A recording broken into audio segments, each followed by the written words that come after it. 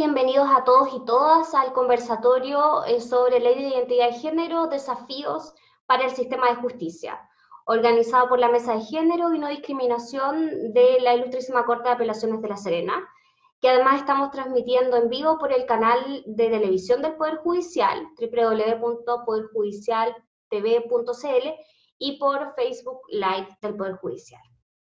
Agradecemos la presencia de la ministra, señora Marta Maldonado Navarro, y de los expositores, doña Ana Verónica Naranjo Bicho, magistrada del Juzgado de Familia de Ovalle, el psicólogo Marco Antonio Sandoval Vivar, y el abogado y académico de la Universidad Católica del Norte, don Gonzalo Cortés Moreno. Vamos a dar inicio a esta actividad con un saludo de la ministra encargada, señora Maldonado. Muy buenas tardes a todos y a todas los presentes, que hoy a través de esta plataforma nos reunimos para conversar sobre la Ley de Identidad de Género y los desafíos en el ámbito de la justicia. Como ministra encargada de la Mesa de Género y No Discriminación de la Corte de Apelaciones de La Serena, hemos desarrollado esta instancia de conversación desde el Poder Judicial hacia la ciudadanía, con la presencia de expertos en diferentes áreas, quienes además van a poder dar respuesta a las dudas que ustedes tengan sobre esta ley. Ley que fue promulgada en diciembre de 2018 y que, como su nombre lo indica, reconoce y da protección al derecho a la identidad de género. Que toda persona cuya identidad de género no coincida con su sexo y nombre registral tenga la facultad de solicitar su rectificación es sin duda un gran avance. Sin embargo, nuestro mayor desafío como sociedad continúa siendo entender que la identidad de género se trata del respeto a un derecho humano. Y en ese sentido, el Poder Judicial, como Poder Judicial, ofrecemos las garantías para que la manifestación de voluntad, de esa voluntad, sea absolutamente respetada, sin menoscabar la dignidad que todos nosotros tenemos, ¿cierto?, como personas. También queremos agradecer el alto interés que ha tenido esta convocatoria, que a través, ¿cierto?, nos va a permitir que a través de videoconferencia pueda llegar a diferentes rincones de nuestro país. Estamos muy grandes este año aquí en La Serena. Bueno, agradezco entonces la presencia de ustedes y que los invito ¿cierto?, a esta conversación, y también les pido que participen de manera activa enviando las preguntas que ya le va a indicar la forma nuestra coordinadora. Muchas gracias entonces y buenas tardes. Agradecemos a la ministra sus palabras y recordamos a todas y a todos los presentes la dinámica de este conversatorio. En primera instancia, cada expositor hará una breve introducción del tema y posteriormente se dará paso a las consultas del público y el intercambio de ideas. Las consultas podrán realizarse por escrito durante todo el conversatorio en la pestaña de preguntas y respuestas que está abajo de su plataforma Zoom de cada uno, las que serán leídas al final de las exposiciones. Vamos a iniciar el conversatorio con la presentación de don Marco Antonio Sandoval Vivar, que se titula Introducción a la Identidad de Género, Conceptos Generales.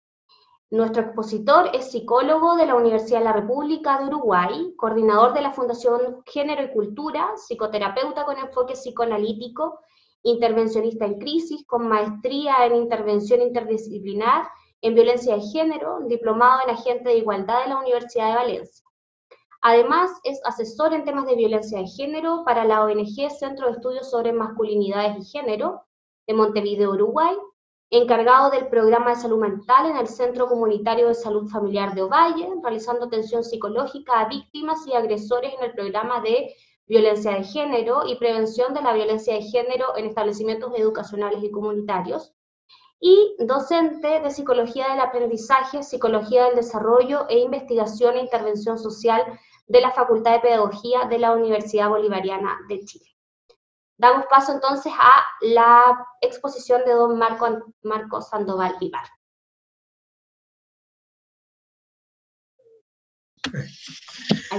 Bueno, ahí sí. Buenas tardes a todas, todos y todes quienes están hoy presentes en este encuentro. Presencia que nos convoca a conversar acerca de un tema particular como es la Ley de Identidad de Género en Chile. Legislación que se enmarca en el reconocimiento social de ciertas prácticas subjetivas, deseantes, comportamentales y vinculares, que por tanto tiempo han demandado ser escuchadas desde el sufrimiento y desde su derecho, como decía la magistrada, desde el derecho humano a tener existencias diversas. Participamos de cambios en los modos de regulación históricos sociales, que nos ofrecen hoy nuevos marcos jurídicos y la ampliación en el reconocimiento de derechos, que avivan disputas con el orden patriarcal, entre ellos, por ejemplo, el acuerdo de unión civil, ley de aborto en 3 causales, y esta ley que nos convoca, que es la Ley de Identidad de Género. Este orden patriarcal designa tanto el sistema de organización social, orden social y estructura de autoridad social, como el sistema ideológico que incluye valores y creencias misóginas que ubica a los hombres en una posición privilegiada y dominante sobre las mujeres, y toda existencia que escape a lo cisgénero o a la heterosexualidad. Este orden determina la posición de dominio masculino y de los contenidos de los roles y de las funciones sociales asignadas a hombres y mujeres en la sociedad. Además, incluye las sanciones sociales a aplicar a aquellas personas que se desvían de las expectativas y desempeños de rol asignados en el sistema sexo-género. Desde este patriarcado hemos vivido y alimentado, como psicólogos y como personas que trabajamos en el ámbito sí, la patologización de toda posición genérica que no se subordina a la masculinidad y feminidad tradicionales.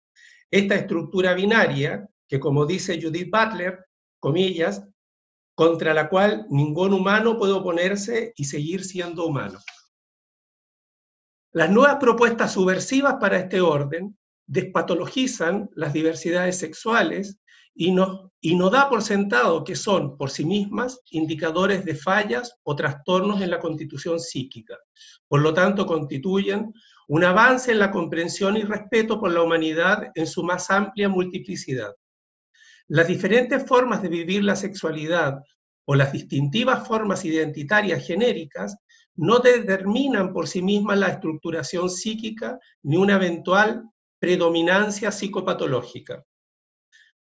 Para ordenar nuestra comprensión, tomando las teorizaciones de Silvia Blechmar, una argentina, feminista, psicoanalista, sirve la distinción entre constitución de psiquismo y construcción de subjetividades, donde la estructura psíquica da cuenta de los procesos constitutivos del funcionamiento psíquico, que se mantiene más allá de las mutaciones históricas, en tanto que la producción de subjetividades tiene que ver con la construcción social de las personas y los ordenamientos discursivos del imaginario social, aun cuando ambas dimensiones participan inseparablemente en la conformación subjetiva de las personas.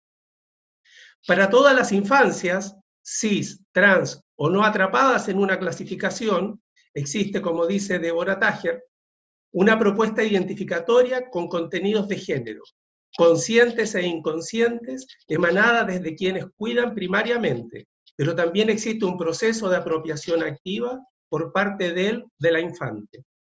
Y la identidad de género resultante será un precipitado del interjuego intersubjetivo.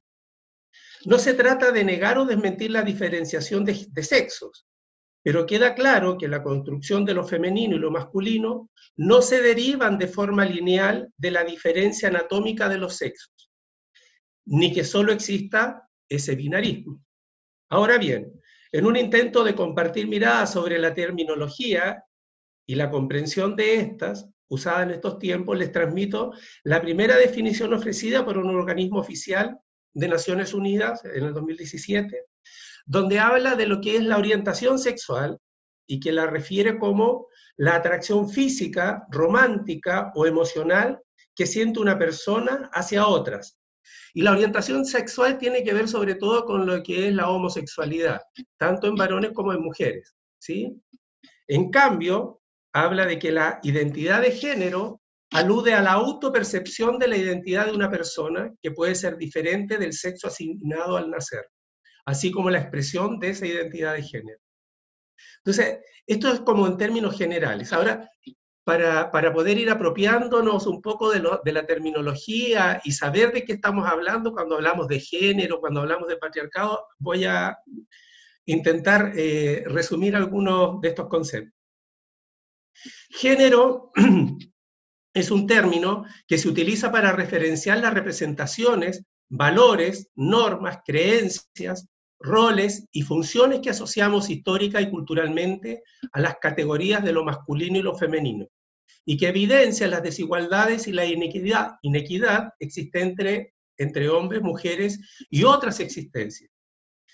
Las identidades de género son cambiantes y no tienen una ligación lineal con la naturaleza, sexo biológico, o con la heterosexualidad normativa y obligatoria.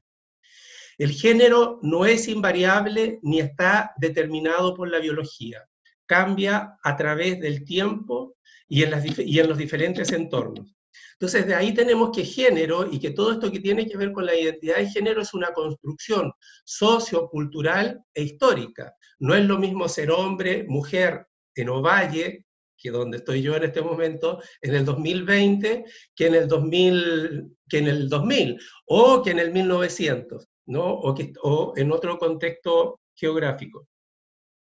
Las personas como seres sociales aprendemos e internalizamos los atributos y roles vinculados al género por todos los grupos por los que transitamos, presenciales o virtuales en estos tiempos. Entonces, vamos aprendiendo y vamos internalizando los atributos de género a través de las familias, los amigos, las amigas, en las escuelas, los colegios, las comunidades, las instituciones religiosas y culturales, las redes sociales en estos tiempos, los medios de comunicación, ¿sí? Entonces, esto que se va aprendiendo, que vamos interiorizando como estas formas de comportamiento, estos roles, estas formas de ser y hasta de sentir a veces, ¿no? Van constituyendo y quedan a veces como anquilosados, ¿no? A esto le podemos llamar estereotipos de género, que es un conjunto de ideas impuestas, aceptadas y rigidizadas socialmente sobre las características, actitudes, roles y comportamientos que se presuponen y se esperan de las mujeres y de los hombres. Pensando un poco en este binarismo, ¿no? Las mujeres en el 1800 yo creo que era impensable que usaran pantalones. Y bueno, y no tan lejos en la historia, ¿no? Entonces, las formas, las modas, las formas de ser, de vestir, de comportarse, han ido modificándose, han ido mutando con el paso de los tiempos. Por eso el concepto histórico también es fundamental tener presente cuando estamos hablando de estas categorías. Algunos de estos estereotipos de género comunes a todas las culturas, para hombres, por ejemplo, le imponen la valentía, tenemos que ser valientes, la competitividad, la protección o mejores capacidades para el desarrollo de actividades relacionadas con la construcción. Y las mujeres, en tanto, se les ha atribuido la sensibilidad, el gusto por lo estético y artístico o capacidades más óptimas para el cuidado, que son construcciones, porque si en realidad lo pensamos hoy, ¿sí? Tanto hombres como mujeres, como otras identidades genéricas o sexuales, podemos desempeñar cualquier actividad que nos planteemos. Podemos vivir y cuidar tan bien como lo hacen las mujeres, pero es parte del aprendizaje que tenemos que ir haciendo. Ahora, todo esto que tiene que ver con la construcción genérica, claro, es desde la infancia. Para las mujeres ha sido más fácil aprender los cuidados y la crianza, en tanto desde niñas se les permite, e incluso se les insta muchas veces, a que jueguen con muñecas, estos juegos de la cocina. Yo soy más viejo, entonces en mi infancia eran esas las diferenciaciones que se hacían, ¿no? Respecto de los juegos que tenían las mujeres y los juegos que teníamos los varones. Ahora, desde ahí también la posibilidad actual de que también los hombres, los niños, ¿no? inspeccionemos, construyamos estos aprendizajes también desde la infancia. Si desde niños los varones jugamos a cuidar, si cuidamos a criar, si cuidamos, si nos criamos en el respeto, obviamente esto también va a ser parte de las construcciones que vamos a ir reforzando en la adultez. Los mandatos de género, por su parte, son modelos normativos de comportamiento, actitudes y formas de ser y hacer que son considerados adecuados, tanto en general como en las interacciones interpersonales y amorosas, atribuidos a cada sexo por el sistema ideológico patriarcal. Desde ese lugar es un poco esto de que los hombres tenemos que ser, ¿cierto?, los que cuidamos, los que protegemos, los fuertes, ¿no? Sin darnos cuenta muchas veces que desde esos lugares también nos están imponiendo el que tenemos que controlar a las mujeres, ¿no? O que tenemos que competir con otros hombres, o que nosotros somos los fuertes, ¿no? Y que otras identidades genéricas u otras orientaciones sexuales que escapan a la heteronormatividad, ¿ya? Terminan siendo débiles en tanto se asemejan más a estos comportamientos que desde el patriarcado se asume a las mujeres, o se atribuye a las mujeres. Entonces, para terminar, yo solo recordaría esto, que si bien somos parte de cambios socioculturales, cambios en nuestros pensares y sentires, aún vivimos sobre suelo patriarcal. Somos personas en proceso, en tanto todas, todos y todes. Requiere de todas, requiere de todos, requiere de todes, que desnaturalicemos la discriminación y que dejemos de sentir tan familiar el no respeto a las otredades. La realidad se construye, los prejuicios se aprenden. Muchas gracias. Agradecemos las palabras de nuestro primer expositor.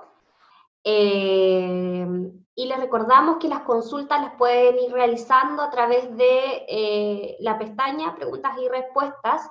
Yo las voy a ir anotando todas para hacerlas al final a los tres expositores. A continuación, la magistrada del Juzgado de Familia de Ovalle, doña Ana Verónica Naranjo, expondrá sobre la Ley de Identidad de Género y los desafíos para el sistema judicial. La magistrada Naranjo es abogada de la Universidad de Concepción, ingresó al Poder Judicial en el año 2005. Además, es magíster en Derecho, mención Derecho de Familia de la Pontificia Universidad Católica de Valparaíso. Se ha diplomado en aspectos sociojurídicos de la infancia, adolescencia y familia, mediación familiar.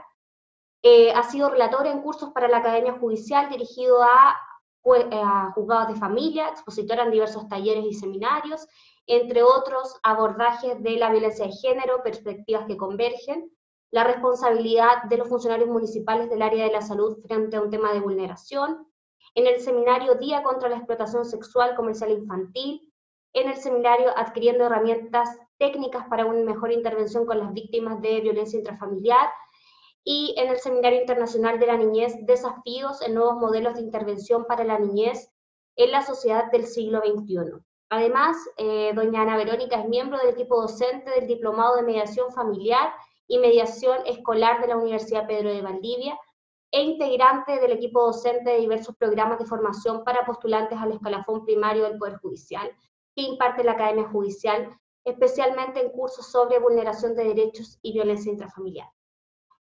Le damos entonces el pase a la magistrada Naranjo. Buenas tardes, muchas gracias por la presentación y por supuesto por la invitación. Yo voy a compartir la pantalla de mi escritorio para que se puedan guiar con esta visualización de un PowerPoint que preparé. Y básicamente lo que yo voy a hacer es muy brevemente, es una aproximación en lo que concierne a la ley de identidad de género y sus aspectos principales. ¿Ustedes pueden verlo claramente sin problema?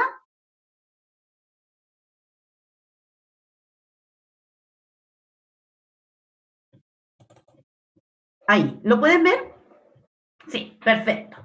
Bien, Entonces, lo que voy a ver básicamente son algunas pinceladas respecto de la ley 21.120, porque claramente de las personas que están participando en calidad de oyentes de este seminario no necesariamente se dedican a esta área y por lo tanto es necesario también que tengan una aproximación al tema que hoy día nos convoca en términos bastante genéricos.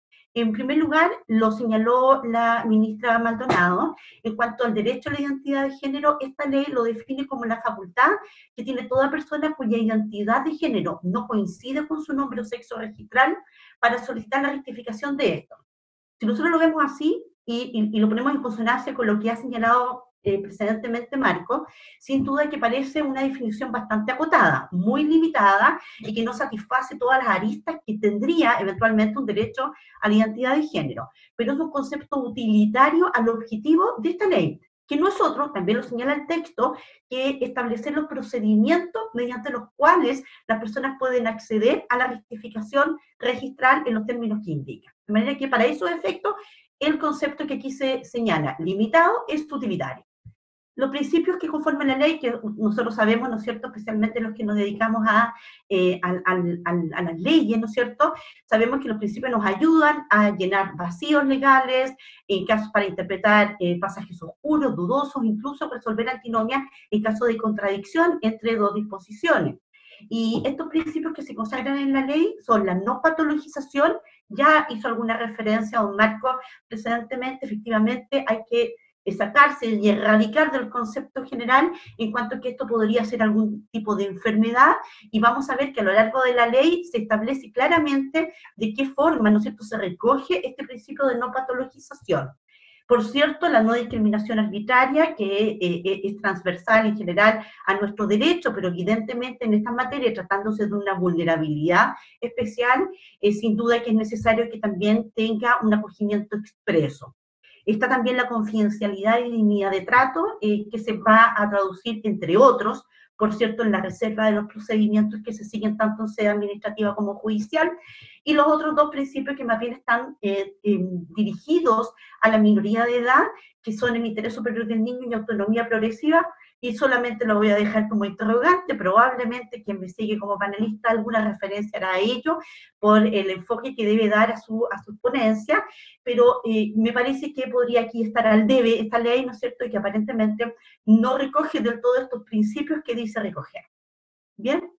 Luego, en cuanto al procedimiento propiamente tal, referirles, ¿no es cierto?, que existen dos vías de rectificación, una exclusivamente administrativa y una de carácter judicial. La exclusivamente administrativa está reservada para aquellos adultos sin vínculo matrimonial, y un procedimiento ante oficial de registro civil cualquiera, aquí no hay uno competente y otros que no lo sean, ¿no es cierto?, que es un procedimiento muy, muy simple, ¿no es cierto?, y que se resuelve en un plazo bastante acotado. Y la vía judicial está reservada para aquellas personas que tengan vínculo matrimonial y para los adolescentes.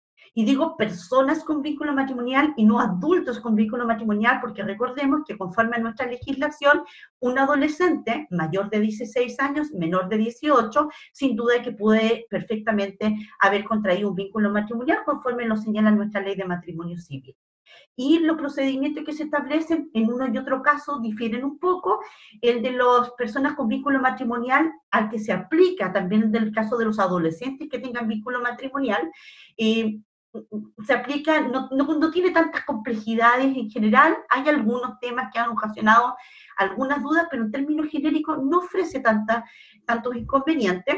Los adolescentes que tengan vínculo matrimonial se acogen al procedimiento de las personas con vínculo matrimonial, porque, como ustedes saben, ¿no es cierto?, los jóvenes que se encuentran casados se emancipan legalmente y, por lo tanto, ya no tienen que actuar en la vía del derecho a través de sus representantes legales. ¿Bien? Entonces, yo me voy a referir con mayor precisión al caso de los adolescentes que deseen acogerse a esta ley, y que por lo tanto se deben acoger a una vía judicial, estando absolutamente excluida la posibilidad de acceder a una vía exclusivamente administrativa para ello. En cuanto a la solicitud, esta se tiene que presentar a través de un representante legal, o al menos uno de ellos a elección del propio joven, ¿no es cierto?, en caso de tener más de uno. Y aquí surge la duda, déjenlo como una nota mental porque me voy a referir a ello más adelante, en cuanto a la posibilidad o qué pasa con aquellos jóvenes, ¿no es cierto?, que están sujetos a una modalidad alternativa de cuidado, es decir, que no se encuentran a cargo de ninguno de sus progenitores. Eso es un problema. ¿Qué pasa? ¿Podrán concurrir por sí? ¿Lo tienen que hacer necesariamente a través de su representante legal con quien no viven? Eso lo vamos a ver. Esa petición debe ser fundada, debe contener, por supuesto, la descripción de los nombres, la individualización del solicitante, del representante legal que acude con este, también los datos del representante legal que no concurre con el joven en la solicitud para poder citarlo a audiencia preparatoria, pero no es necesario tampoco que incluyan antecedentes fundantes, como documentos, haber participado en algún tipo de programa. Eso no es requisito, no es exigencia para que se presente esta solicitud. ¿Bien?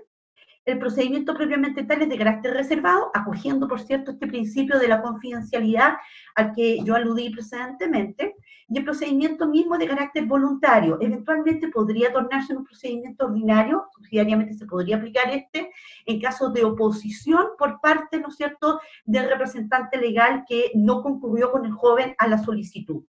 Es un procedimiento que en la práctica, ¿no es cierto?, se le ha asignado o se le ha reservado el tipo RIT-R, ¿ya? Pero en estricto rigor, jurídicamente hablando, es un procedimiento voluntario en principio, ¿bien? Son 3 audiencias las que aquí se verifican, una audiencia preliminar, una preparatoria y una de juicio, pero todas estas se pueden desarrollar una después de la otra de manera consecutiva y sucesiva, ¿ya? No es necesario que sean en días distintos, al menos no la preliminar y la preparatoria. La preliminar es muy acotada, tiene un objetivo específico, es de carácter informativa para el propio adolescente. Es decir, se cita al joven o al adolescente, ¿no es cierto?, se conversa con él para explicarle, el juez debe hacer esa explicación de cuáles son las implicancias, efectos y consecuencias que tiene esta rectificación, y por supuesto esa es la gran oportunidad que tiene él o la adolescente de ejercer su derecho a ser oído, lo que no significa que no pueda participar en las otras etapas del procedimiento, porque evidentemente por autonomía progresiva y porque este es un procedimiento eminentemente participativo, por supuesto que puede participar en todos los momentos y en todas las etapas de este procedimiento. Luego, acto seguido, se desarrolla la audiencia preparatoria, inmediatamente, y esa audiencia preparatoria fundamentalmente tiene por objetivo escuchar, ¿no es cierto?, el parecer del otro representante legal que no ha comparecido con el joven en su solicitud, ¿bien? Y ahí escuchar cuál es su posición.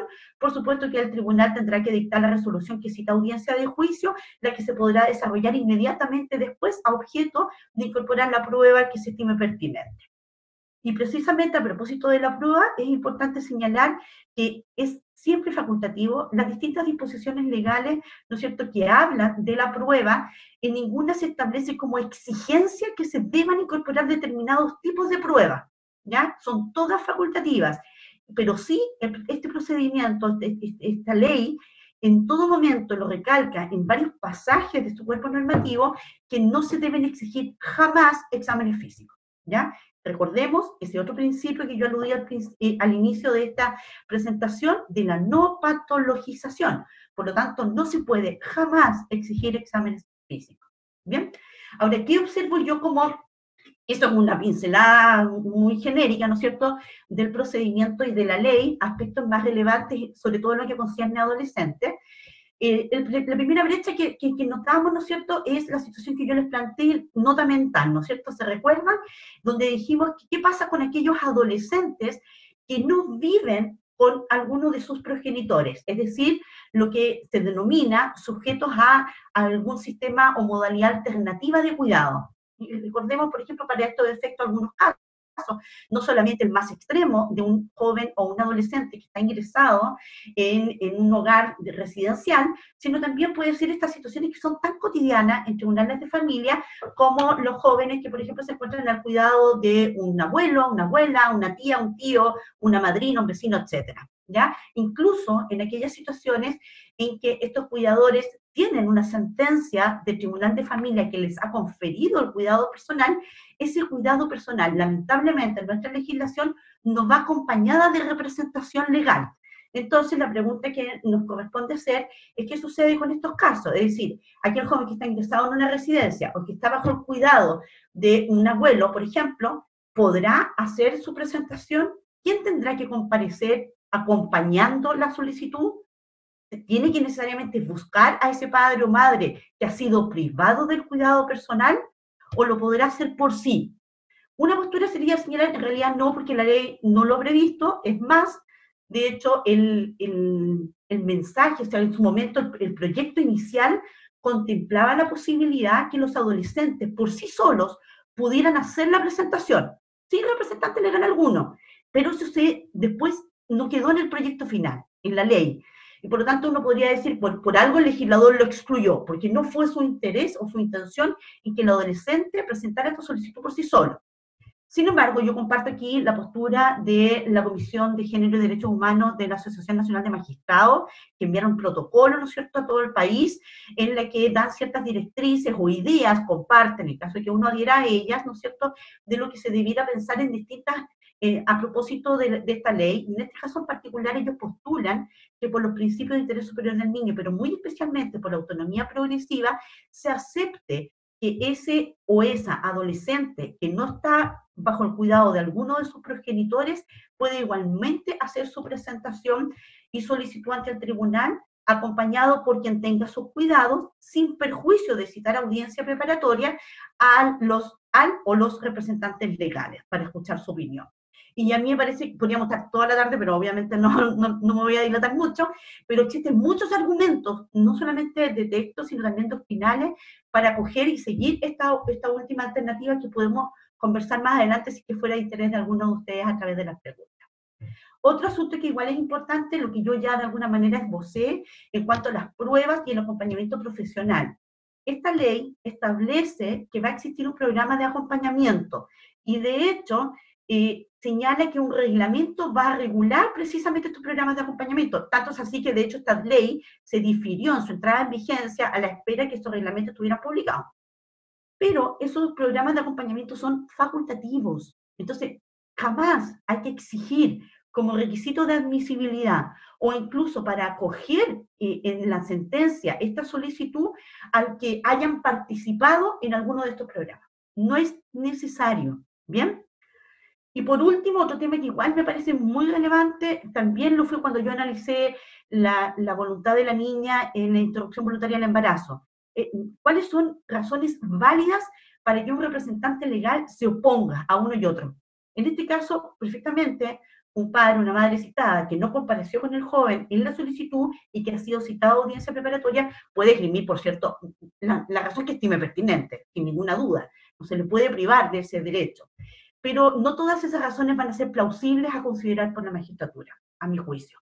Podría decir que no se aviene con sus ideas religiosas, ¿no es cierto?, con su opinión personal, o simplemente porque el joven lo más probable es que se arrepienta, ¿no es cierto? Me parece que esas son razones que no necesariamente son razones plausibles para que el tribunal deba considerarlas debidamente en su proceso de razonamiento y posterior acceso a la solicitud. Más bien me parece que una razón plausible de oposición podría ser, por ejemplo, que diga es que en realidad no es su voluntad, es el representante legal que compareció con el joven quien ha incidido, ¿no es cierto?, de alguna manera instalando esta voluntad como propia en el joven y que en realidad ha sido más bien, no es autónoma. Entonces, claro, ahí en ese caso el tribunal lo que puede hacer es decretar informes, de hecho la propia ley también lo señala como aquellos informes que son facultativos, ¿no es cierto?, y algún informe pericial para que se pueda determinar si hay o no influencia decisiva o determinante de un tercero en la voluntad del joven al participar de esta solicitud. Y por último, consignar que es necesario que todos nosotros, del Poder Judicial, y por cierto también la administración, en los organismos públicos, realicemos ajustes necesarios. Hay una palabra, ¿no es cierto?, que se llama interseccionalidad, y que es un enfoque, y la interseccionalidad se refiere a la consideración de las variables de vulnerabilidad en que se encuentran los sujetos. En este caso, si se trata de personas trans, ¿no es cierto?, que tienen algún conflicto con su identidad de género, ¿no es cierto?, porque no se condice con el nombre o sexo registral, ya hay una vulnerabilidad, y por supuesto, si son menores de edad, hay otra razón de vulnerabilidad, es un cruce de vulnerabilidades que nosotros debemos considerar a la hora de establecer ajustes necesarios para facilitar el acceso a la justicia. Entonces eso significa promover sensibilización de todos los actores, y cuando digo todos los actores, este no es solamente el juez y el consejo técnico, aquí hay desde la administración hasta el guardia que atiende, ¿no es cierto?, y que de alguna manera corrobora la identidad antes de entrar siquiera al edificio de tribunales. Porque, entonces, por eso es que es importante que, por ejemplo, se pueda advertir, ¿no es cierto?, detectar que va a existir esta audiencia, por ejemplo, el día de mañana, para que desde ya, desde el comienzo, desde la entrada anterior al edificio, se le pueda, por ejemplo, tratar al solicitante por su nombre social, ¿no es cierto? O sea, más allá de la contratación legal de la identidad de la persona, siempre hay que tratarlo con su nombre legal. Siempre en un contexto apropiado, si la solicitud se presenta en tribunales, no simplemente tome y llene el papelito, no en un acogimiento especial a través del consejo técnico, sería ideal, por cierto. No se exigen abogados, si quiere abogado lo puede tener, no hay ningún inconveniente, y no es necesario designar curador. O sea, en términos generales no es necesario. ¿Por qué? Porque la mayoría de las veces va a comparecer el joven acompañado por su representante legal, que le está apañando en su idea. Es decir, deja entrever sin duda un rol protector, ¿no es cierto?, y de acompañamiento y orientación respecto de su hijo, y por lo tanto no es necesario que se le designe un curador. La designación de curador será necesaria, por ejemplo, en el caso que vimos, ¿no es cierto?, del inconveniente, de aquel joven que tiene el cuidado alterado, ¿no es cierto?, y que comparece al tribunal. En ese caso, designarle un curador sería prudente, por cierto, porque no lo está haciendo acompañado por su representante. Y también en el caso de oposición, por ejemplo, del otro representante legal, tal vez ahí también sería prudente la designación de curador. Y a lo mejor establecer horarios suficientes para poder desarrollar las 3 audiencias seguidas, y ojalá se sugiere que sean al comienzo de la jornada, para que así él o la joven no tengan que esperar largo tiempo para el inicio de su audiencia, ni someterse necesariamente al escrutinio de las demás personas que concurren a tribunales. Y el otro tema solamente lo dejo lanzado porque asumo que de alguna manera se va a abordar más adelante, ¿no es cierto?, y que es el caso de los niños y niñas, ¿no es cierto?, porque evidentemente estos fueron excluidos de la aplicación de la ley. Eso fue objeto de debate, se trató el tema, se hicieron muchas presentaciones de académicos y distintas personas, y de sociedad civil también, para incluir a los niños, y finalmente no se les incluyó, lo que a mi juicio, ¿no es cierto?, de alguna manera contraviene principios y derechos fundamentales consagrados en la Constitución, Convención de Derechos del Niño, y por cierto también en los principios de Yogyakarta, que son los que contienen, ¿no es cierto?, la aplicación de la legislación internacional en materia de orientación sexual e identidad de género. Así que eso es por ahora, y luego, bueno, habrá que responder las preguntas que la gente tenga. Gracias. Agradecemos a la magistrada Ana Verónica Naranjo su intervención, y damos paso a la última introducción al tema para posteriormente abrir el conversatorio y responder las consultas que ustedes ya están realizando en el ítem preguntas y respuestas. Expondrá ahora Gonzalo Cortés Moreno, abogado académico de la Universidad Católica del Norte, sobre los avances y desafíos de la Ley 21.120 a la luz de las obligaciones internacionales del Estado chileno.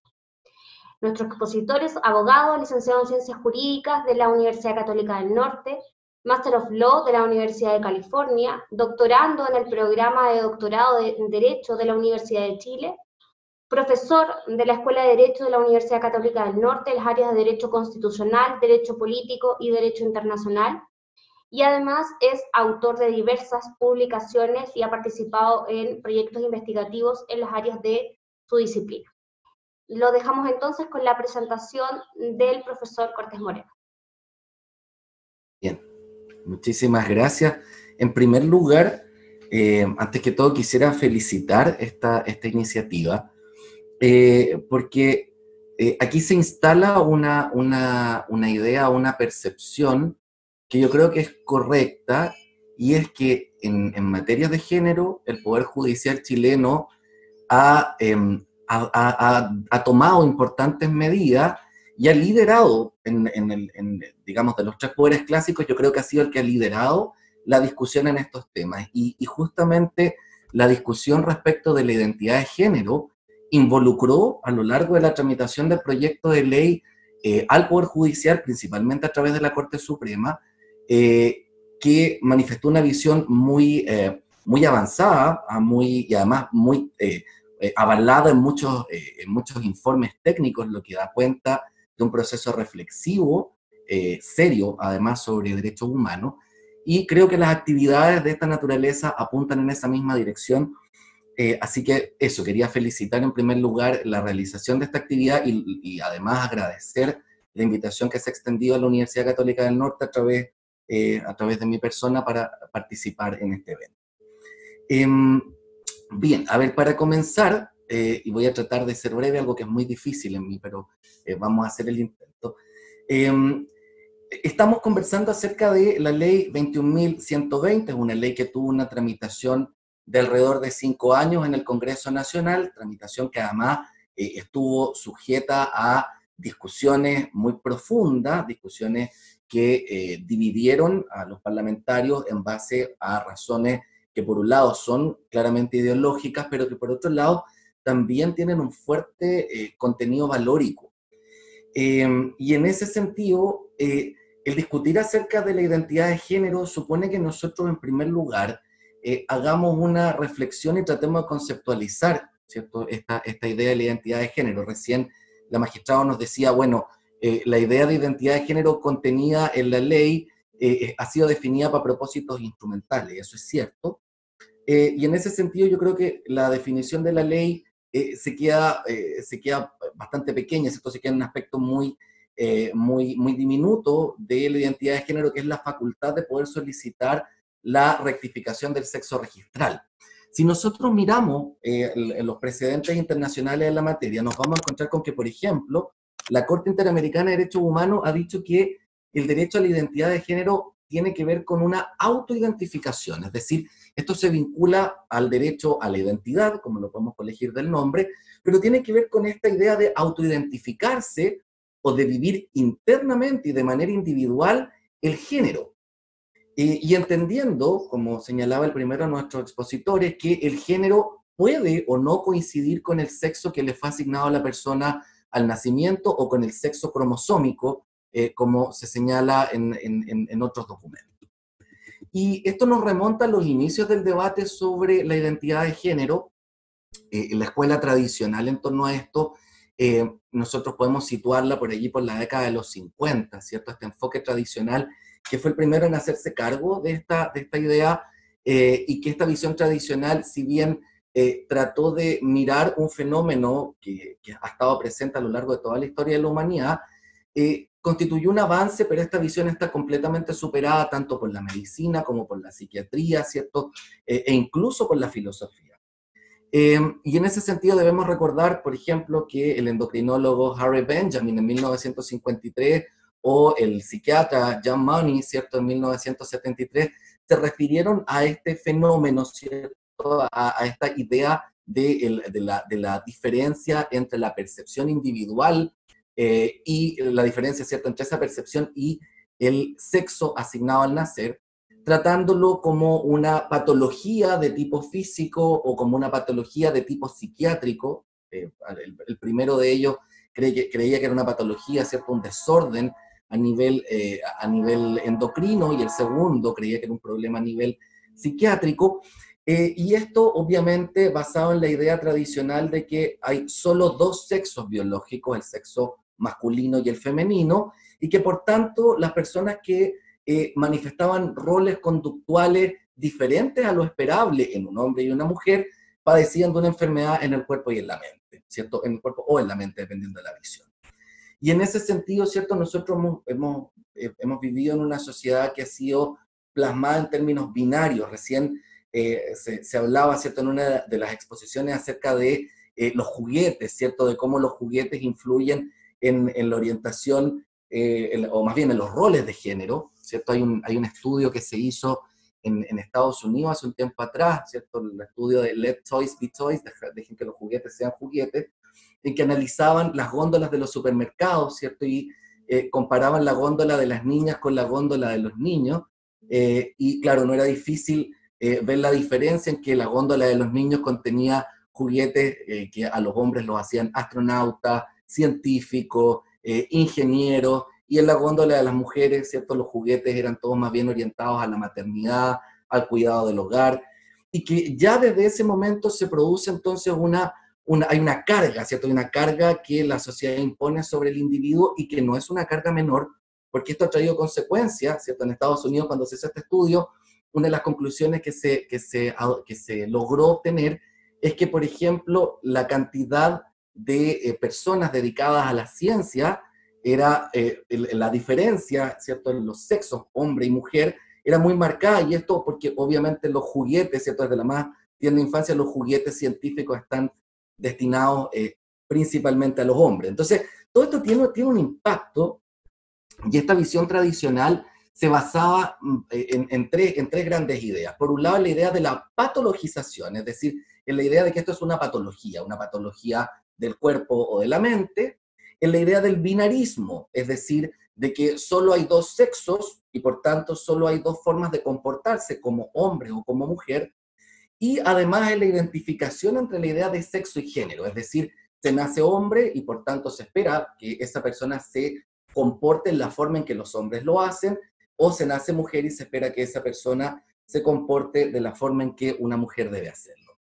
Y el romper este enfoque tradicional es un desafío que no es solo para el derecho, y aquí concuerdo con los dos panelistas anteriores. Yo creo que este es un desafío para todas las personas, porque todos nosotros somos hijos de esta cultura occidental, ¿cierto? Que mira este fenómeno como una patología, que lo mira en términos binarios, que confunde estas ideas de sexo y género, estoy hablando en términos generales, y a los que hemos tratado de romper con esta visión. No ha sido fácil, no es que de un día para otro hemos logrado modificar completamente lo que nosotros hemos ido absorbiendo a lo largo de nuestro proceso, sino que esto ha sido un proceso progresivo de irnos desprendiendo de ciertas concepciones que tenemos arraigadas. Por tanto, el desafío no es solo un desafío jurídico, sino que, y yo aquí comparto con lo que se ha dicho anteriormente, es un desafío a nivel social. Este es un desafío de entender desde el respeto y desde la igualdad la existencia de identidades de género que no se conforman con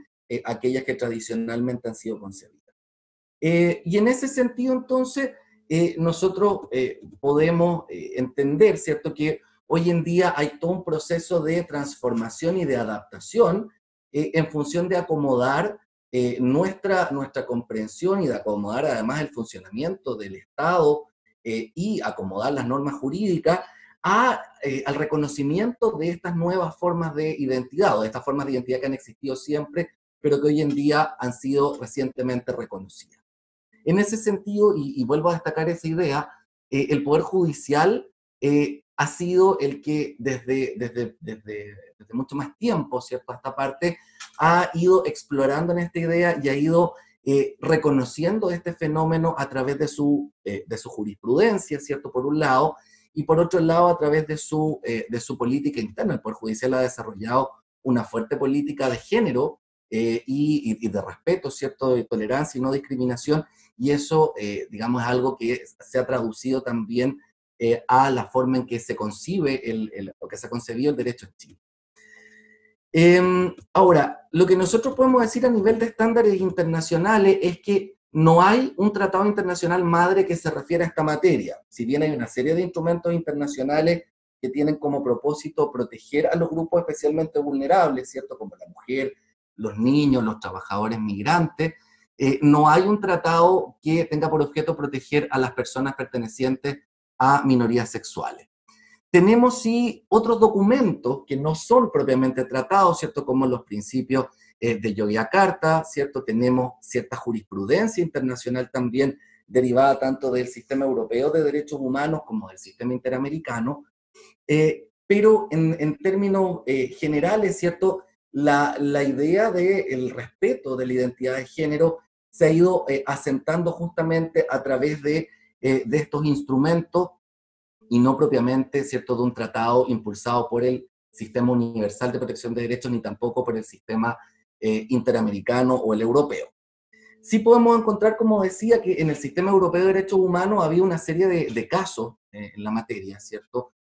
Fue el primer sistema en recibir denuncias en contra de los estados por discriminación basada en el desconocimiento de la identidad de género.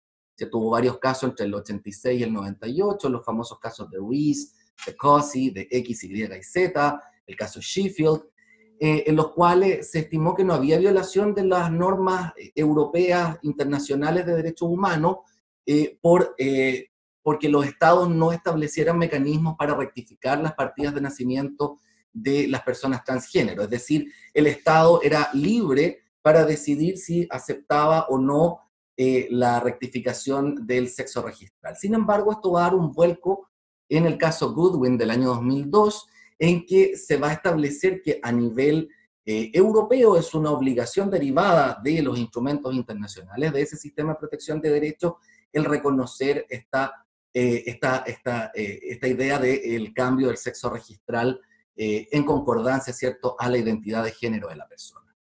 En el sistema interamericano, que es el sistema nuestro, ¿cierto?, tenemos una reciente opinión consultiva, la famosa opinión consultiva 24 del 2017 de la Corte Interamericana de Derechos Humanos, que es una opinión que se formula en base a una serie de consultas que formula el Estado de Costa Rica, respecto justamente de la identidad de género, la igualdad y la no discriminación en torno a las parejas del mismo sexo. Y la Corte Interamericana va a concluir en primer término que la identidad de género sí se encuentra amparada por la Convención Americana de Derechos Humanos, ¿cierto? La Convención Americana señala en su artículo primero que los Estados partes de la Convención se obligan a respetar los derechos y libertades reconocidos en ella y a garantizar su libre y pleno ejercicio a toda persona sujeta a su jurisdicción, sin discriminación alguna por motivos de raza, color, sexo, idioma, religión, y agrega al final, ¿cierto?, o cualquier otra condición social. Y de esa formulación, de esa frase, ¿cierto?, ese concepto abierto, genérico, la Corte colige que el catálogo de categorías protegidas por la Convención Americana no es un catálogo cerrado o números clausus, sino que más bien lo que se buscó fue dejar una norma abierta que permitiera incorporar nuevas categorías protegidas, dentro de las cuales evidentemente hay que considerar el derecho a la identidad de género. En ese sentido, Chile dictó, ¿cierto?, la ley 21.120 el año 2018, que si bien es un notorio avance, tiene dos grandes problemas desde la perspectiva de los estándares internacionales. Por un lado, ¿cierto?, nosotros decíamos recién que la visión tradicional en torno al género tenía como rasgos, por un lado, la patologización. Ya sabemos que ese no es un problema de la ley, porque la ley establece claramente el principio de no patologización. Sabemos además que la visión tradicional tiende a confundir la idea de sexo y género, que esto no pasa en la ley claramente separa los conceptos de sexo y género, pero la ley sí mantiene un elemento de la concepción clásica, y es que la ley es binaria. Y la ley es binaria en términos que entiende la posibilidad que la posibilidad de identificarse desde el punto de vista del género es dual, o se es hombre o se es mujer.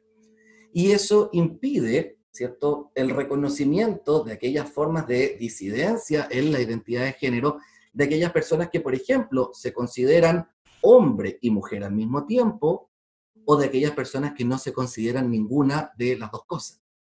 Y en ese sentido, entonces, nos vamos a encontrar con que la ley parte de la premisa, insisto, ¿cierto?, de la idea de que solo se puede ser una cosa o la otra, porque señala, ¿cierto?, en el inciso segundo del artículo primero, que para efectos de esta ley se entenderá por identidad de género la convicción personal e interna de ser hombre o mujer. Es decir, tenemos esa restricción, que es una restricción además que, si nosotros la miramos en términos de derecho comparado, no tiene ya mucho asidero.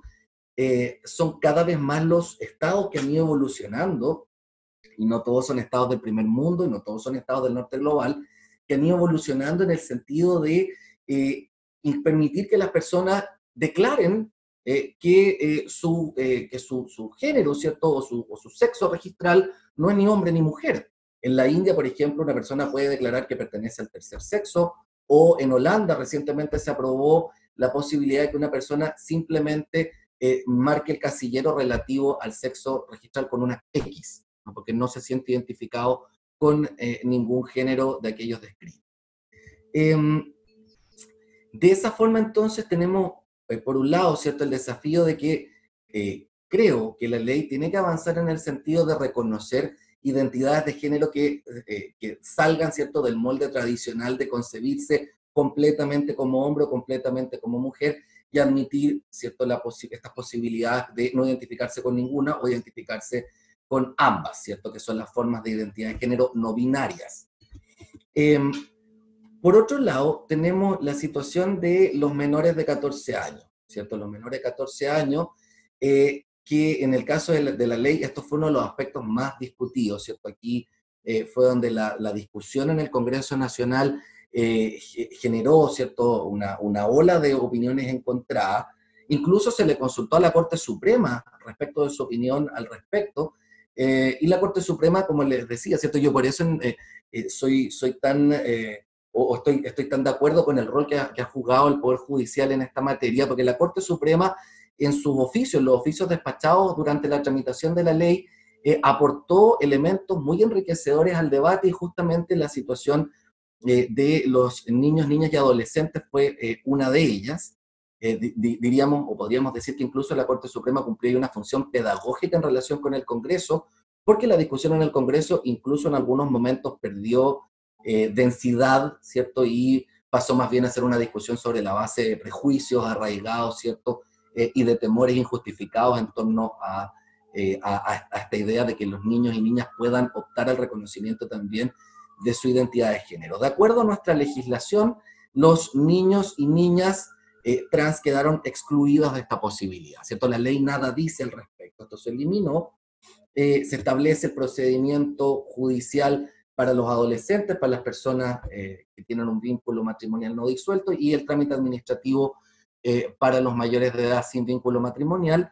Y en ese sentido, esta ley, ¿cierto?, tiene esta carencia porque nuestro estándar internacional aplicable es justamente la opinión consultiva 24 del 2017 de la Corte Interamericana de Derechos Humanos, y en esa opinión consultiva hay una expresa disposición acerca de cuál es la situación de niños, niñas y adolescentes. Y la Corte señala que los niños, niñas y adolescentes son humanos, ¿cierto? Y en tanto humanos gozan de los mismos derechos humanos de los que deben gozar los adultos. Esto obviamente teniendo siempre presente que existe en aquellos derechos que implican una decisión, un nivel de autonomía que es progresiva, ¿cierto?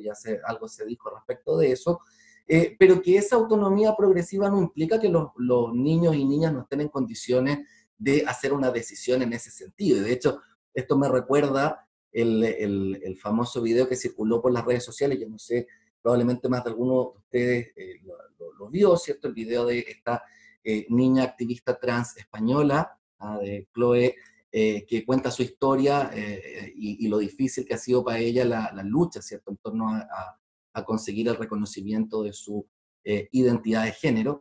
Y esto nos demuestra que los niños no solo entienden esto, sino que además pueden encontrarse justamente en la situación de, para no verse perjudicados, para no verse menoscabados, para no verse expuestos a peligros o a deterioro durante su desarrollo, sea necesario recurrir, ¿cierto?, a este procedimiento de cambio de sexo registral que establece esta ley, y que en el caso de ellos, ¿cierto?, no se ha pronunciado al respecto, o que más bien se excluyó, del cual fueron excluidos, ¿cierto?, por los temores asociados a la manipulación de ellos, ¿cierto?, a la contaminación, y buscando, una idea que se repitió mucho en el debate parlamentario, ¿cierto?, buscando que esta opción se ejerciera cuando fueran mayores de edad. En ese sentido, la Corte Interamericana discrepa y se señala claramente, ¿cierto?, que un ejemplo de buena práctica para el resto de los ordenamientos del sistema interamericano es el caso de la ley 20.743 de Argentina, que es también la ley de identidad de género, y en el artículo 5 se refiere a la situación de los niños y niñas, y señala que en el caso de ellos el trámite deberá ser efectuado a través de sus representantes legales, contando con la expresa conformidad del menor de edad, teniendo en cuenta los principios de capacidad progresiva, interés superior del niño o niña, de acuerdo con lo estipulado en la Convención de los Derechos del Niño y en la Ley de Protección Integral de los Derechos de Niños, Niñas y Adolescentes. Es decir, que en Argentina existe la posibilidad de que los niños opten a esta posibilidad, y en ese procedimiento, ¿cierto?, son ellos los que dan el consentimiento. Aquí en Chile pareciera ser al revés.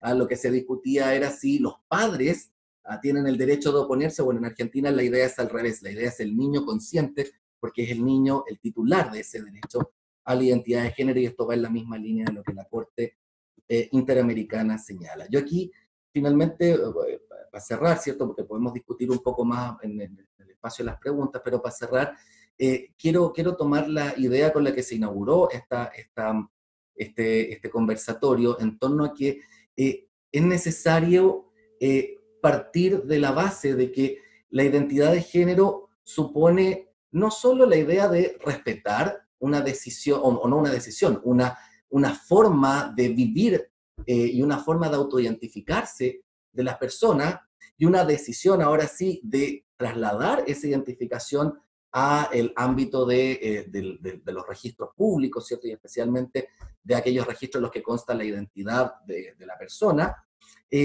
sino que también parte por hacer todo esto y por entender esta temática desde un enfoque de derechos humanos, ¿cierto? Aquí nosotros no estamos hablando de un tema cualquiera, estamos hablando de situaciones que comprometen aspectos que son básicos, que son inherentes a la dignidad de un ser humano. El Tribunal Constitucional chileno lo dijo en una sentencia a propósito de otro tema, ¿cierto?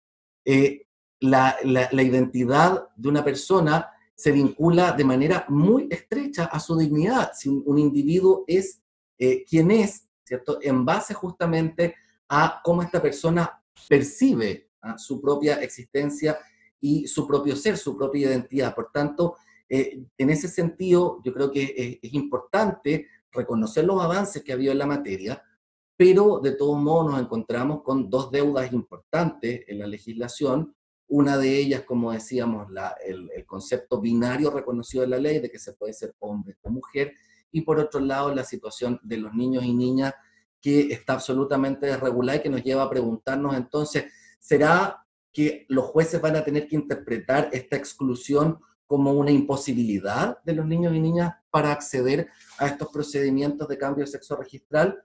¿O debemos interpretar que aquí hay una laguna, como existe en otras materias, y que esto le otorga al juez herramientas, ¿cierto?, y especialmente el ordenamiento internacional, una obligación de implementar estos derechos humanos, y por tanto de que, a pesar de que existe un vacío, este vacío se pueda colmar a través de los estándares internacionales? Es una pregunta, ¿cierto?, una pregunta importante en la materia, y creo que es importante que nos hagamos cargo de estas preguntas, porque forman parte esencial de la discusión respecto de este tan importante tópico.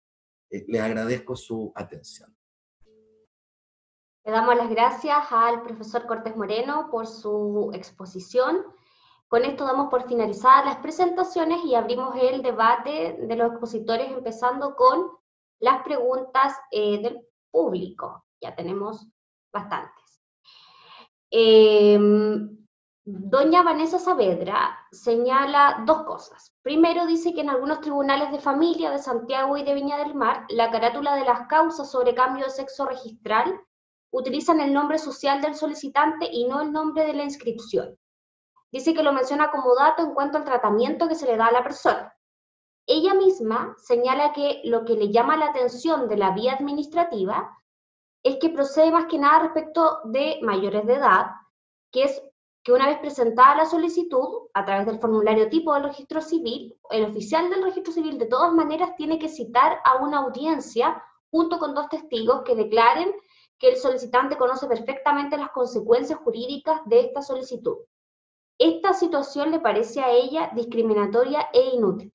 Quisiera saber qué le parece a los expositores dicha situación. ¿Podríamos empezar por Ana Verónica? Sí, ningún problema, ningún problema.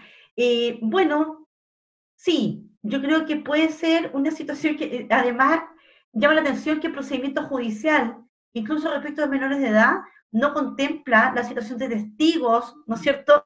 Entonces, comparativamente, siendo uno, ¿no es cierto?, el caso, obviamente, que se deben tomar más resguardos, ¿no es cierto?, como para conocer la voluntad autónoma del adolescente a someterse, ¿no es cierto?, a esta rectificación, se exija este estándar, no se exija este estándar probatorio que aparentemente sí se está exigiendo, de hecho la ley lo señala, estos dos testigos hábiles que declaran respecto del conocimiento que tiene el adulto, ¿no es cierto?, de las implicancias de esta decisión. Eso parece absurdo, yo creo que más bien debiera reemplazarse esa exigencia, una similar a la que existe en Judicatura de Familia, que es informar los efectos. Si conocen al adolescente hay que informarle los efectos, la implicancia de esta rectificación. Perfectamente el oficial civil, ¿no es cierto?, o algún actuario, alguien delegado de ese oficio, podría hacer la misma comunicación en cuanto a las implicancias que tiene, y por supuesto también saber que lo puede hacer 2 veces la gestión, es decir, de alguna manera que demuestre un cierto conocimiento de la ley, ¿no es cierto?, y sus efectos prácticos, ¿no es cierto?, pero el que tenga que declarar testigo me parece absolutamente exagerado, incluso me parece discriminatorio en este caso, así como casi primera vez que veo un acto discriminatorio respecto a un adulto en relación a un menor de edad. Parece que es una exigencia que no le veo mayor sentido tampoco, porque estamos hablando de una persona que es absolutamente autónoma en el ejercicio de este derecho que por lo demás, y bien vale la pena ponerlo sobre la mesa, es un derecho ya algo referido, Gonzalo, muy ligado a la dignidad de las personas. Por lo tanto estamos hablando no solamente de un derecho extrapatrimonial, sino que además estamos hablando de un derecho personalísimo, ¿no es cierto? Entonces, es la persona la que conoce respecto de su situación, y el ejercicio de ese derecho no debiera estar condicionado a que interfieran otras voluntades, y en este caso pruebas, que me parece inútil. Gracias. A nuestro expositor Marco Sandoval, respecto de esto mismo, ¿existiría entonces revictimización en este aspecto de la ley, en esta exigencia administrativa, a su parecer? Sí, evidentemente lo que hay ahí sigue siendo la discriminación por un lado, ¿no? Y la revictimización, o sea, todo está, porque, a ver, a lo que yo apuntaba al principio era en esto de escuchar el sufrimiento de tanto tiempo de las minorías sexuales, ¿cierto? Entonces, si uno ya sabe que en realidad el problema cuando se patologizó a la homosexualidad o a las transexualidades o a los transgéneros, no tenía que ver con esa situación particular, sino que tenía que ver con el sufrimiento que genera la sociedad respecto de estas minorías. Entonces, seguir generando estos conflictos, ¿no?, implica seguir discriminando, implica seguir revictimizando. Gracias. Hay una pregunta de doña Natalia Espinosa que creo que puede contestar, que ya la contestó un poco Ana Verónica, pero la podría recalcar, y es si debe participar un curador en resguardo de los derechos del adolescente. La verdad es que yo creo que no es necesario. A veces nosotros caemos mucho en esto de como de tutelar mucho los derechos del niño, y me parece que, y en este caso de un adolescente que goza de autonomía progresiva, sin ninguna duda, y seguramente un grado de madurez importante y significativo, y me parece que en la hipótesis general que establece nuestra ley, cuál es que el adolescente comparezca a través, ¿no es cierto?, no a través, sino que acompañado por un representante legal, me parece que no se cumplen los criterios que al efecto establece el artículo 18 de la Ley de Tribunales de Familia para designar un curador. Me parece que esa designación sí corresponde en el caso de que el adolescente carezca de un representante legal que le haya acompañado en su pretensión, o bien en el caso de que exista o medie oposición. Tal vez ahí sería prudente la designación de un curador, pero de lo contrario, si hay un representante legal que está acompañando en esta idea, me parece que él asumió claramente el rol protector que por ley está llamado a ejercer. El rol de los padres, sobre todo cuando se trata del ejercicio de derechos personalísimos o extrapatrimoniales, ya en realidad no es la representación legal del artículo 43, eso quedó obsoleto. Eso es para los ejercicios de derechos patrimoniales. Cuando se trata de otro tipo de derechos, en realidad aquí lo que importa es la Convención de Derechos del Niño. Autonomía progresiva, y el rol de los padres de la representación legal cambia más bien a uno de orientación y apoyo. Y si ese progenitor está acompañando y apoyando adecuadamente a su hijo en el ejercicio de este derecho, que en realidad es personalísimo del adolescente, me parece que no se necesita para nada curador árbitro.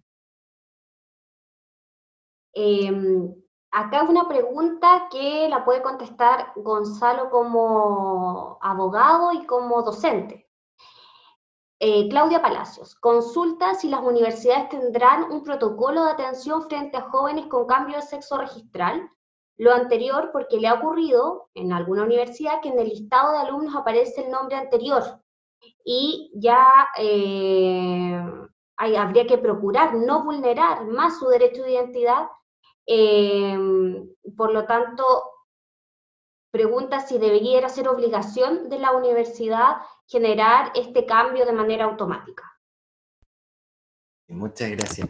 En relación con este punto, es cierto, nosotros hemos experimentado, ¿cierto?, esta situación, la hemos visto en distintos lugares, en que a pesar de que la persona se identifique con un determinado género, se le siga tratando por el género, perdón, por su sexo cromosómico, ¿cierto?, por el sexo que le fue asignado al nacer, y también en el caso de los nombres, que se le siga tratando por el nombre que se le dio también al nacer, por su nombre, por el primer nombre registrado. Y eso genera desde luego una afectación a este derecho a la identidad, y en ese sentido las universidades han generado un importante aporte. De hecho, el que tenga fresco en la memoria, ¿cierto?, la Universidad de Chile, por allá por el 2018, aprobó una resolución, que es la resolución Mara Rita, que es en honor a una estudiante trans de la universidad, una estudiante de literatura que falleció,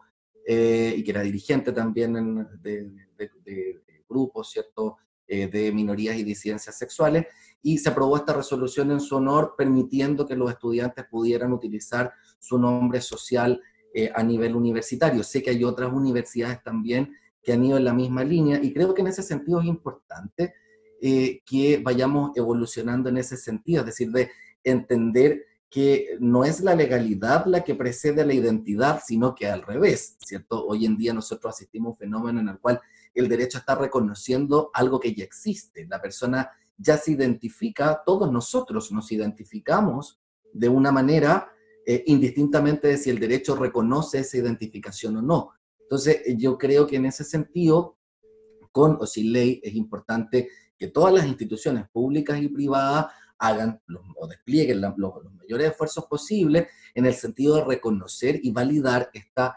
identificación personal y las decisiones que de ella derivan. Y por tanto, sí creo que las universidades que no lo han hecho deberían hacerlo. Es una medida que va en la dirección correcta, y también, ¿cierto?, es algo que es dable y digno de destacar en las universidades que ya lo han implementado. Gracias. Hay una pregunta dirigida especialmente para doña Ana Verónica. ¿Cuál cree que sería la razón para no contemplar el trámite administrativo tratándose de menores de edad en que se le acompañe por su representante legal? ¿Qué diferencia hace la tramitación judicial cuando no hay controversia alguna? Por ejemplo, cuando ambos padres están de acuerdo y acompañan al solicitante. Sí. Me pregunto exactamente lo mismo.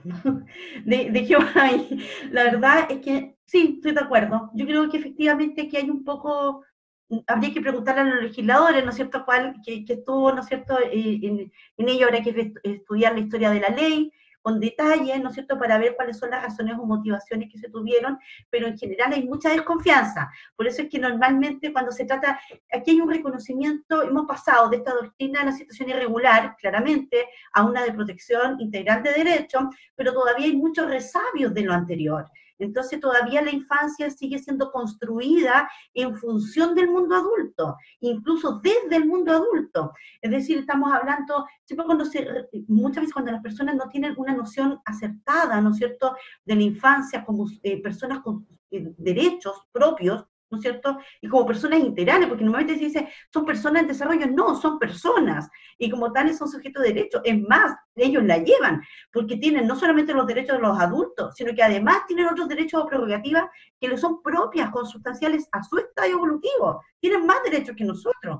Entonces, yo creo que ahí hay un tema. Normalmente se construye a la infancia, incluye a la adolescencia, desde el mundo adulto, siempre en términos comparativos, es lo que no tiene, lo que no quiere, lo que no puede, o lo que no sabe el niño en relación al mundo adulto. y me parece que eso es un error. En la medida que efectivamente el adolescente o la adolescente cuente con representantes legales, incluso ambos, que acompañen en esta solicitud, es innecesario el trámite judicial. O sea, hay que hacerlo porque está en la ley, digamos, y es una ley súper reciente, es decir, no es que no se haya debatido el tema, se debatió y se incluyó la posibilidad de trámite administrativo derechamente, así que tienen que hacerlo por la vía judicial. Pero si nos vamos al fondo del asunto, a las razones, pareciera, sin haber estudiado la historia de la ley, porque habría que entrar a ver toda la discusión parlamentaria, pero conociendo por lo menos estos razonamientos que yo acabo de señalar, pareciera que es innecesario. Y me parece que es contradictorio incluso con otras leyes súper recientes. La ley 21.067, si mal no me equivoco con el número, es la ley de Defensoría de la Niñez, ¿no es cierto? O la 20.067. Y esa ley que crea la Defensoría de la Niñez establece como uno de los principios, ¿no es cierto?, que le inspiran precisamente el respeto del derecho que le corresponde a los padres de orientar a sus hijos y de en general acompañarlos en el proceso. O sea, que las decisiones importantes, más relevantes en la vida de los menores de edad la toman, además de los menores de edad, en compañía con sus progenitores. No es necesario que el Estado intervenga, principio de la mínima intervención judicial, además, donde quedó. ¿No es cierto? Si le estamos exigiendo que pasen por el sistema judicial, a pesar que en realidad se cumplen todas las garantías de resguardo de los derechos del adolescente si están acompañados por ambos progenitores. Entonces, sí, concuerdo plenamente con lo que ha señalado la persona en cuanto a que no se ve razón de peso, más que tal vez la desconfianza. Una pregunta para nuestros psicólogos invitados. ¿Cómo ha visto la implementación de la ley en colegios y en entidades públicas? A ver, voy a ser sincero, y en entidades públicas no sé muy bien qué es lo que pasa. En los colegios, sé de algunos colegios en que hay un intento de integración y de visibilización y de respeto, ¿sí?, a las diversidades. Ahora, sigue siendo muy difícil que, como yo les decía, seguimos pisando suelo patriarcal, por lo tanto, toda esta mirada que tiene que ver con los binarismos sigue siendo muy difícil de manejar todavía. Yo preguntaría si en los colegios de abogados se trabaja todo lo que tiene que ver con género, si los profesores, las profesoras tienen formación en género que nos fuese permitiendo ir de alguna forma incorporando y viviendo la ley, ¿sí? Más allá de todas las miradas disidentes que puede haber con respecto a la ley, ¿no? Porque, o sea, yo creo que todo esto que tiene que ver con la identidad, con el derecho de ser, de existir, tiene que ver más con que solo con un nombre, ¿no? Entonces, tiene que ver con un derecho humano fundamental a la existencia, ¿no? Al respeto por su dignidad, como decíamos ahí, ¿no? Bueno, eso sería. Gracias. Camilo Vargas hace una pregunta ya desde el punto de vista procesal y práctico. Primero, dice que la magistrada Naranjo indica que la asistencia letrada no es necesaria, pero en caso de que un padre no custodio realice oposición asesorado por abogado, ¿se requerirá respecto de la parte solicitante, que en principio no tenía abogado, constituya patrocinio a fin de igualar las condiciones de ambos? En segundo término, la necesidad de curador en casos excepcionales, creo que eso ya está respondido. Y en tercer lugar, ¿qué pasa en el caso de los adolescentes sin aprobación de su representante, en tanto esta posición es vulneratoria de sus derechos?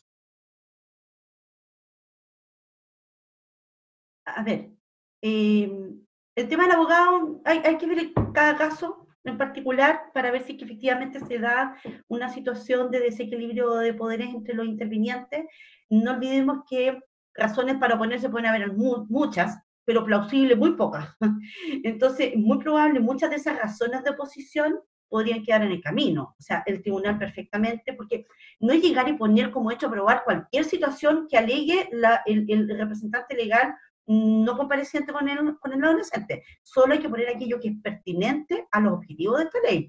Por lo tanto, si se alega, por ejemplo, que en realidad seguramente se va a arrepentir, o que, por ejemplo, no va de acuerdo con mis creencias, o mi ideología, o con mi religión, eso no es algo plausible, ¿no es cierto?, de considerar, ¿no es cierto?, como hecho a probar eventualmente. Entonces, a lo mejor habría que simplemente acotar cuáles son los hechos pertinentes al caso puntual y recibir la prueba conforme a esos hechos a probar, y tal vez ni siquiera sería necesario citar a una audiencia de juicio aparte.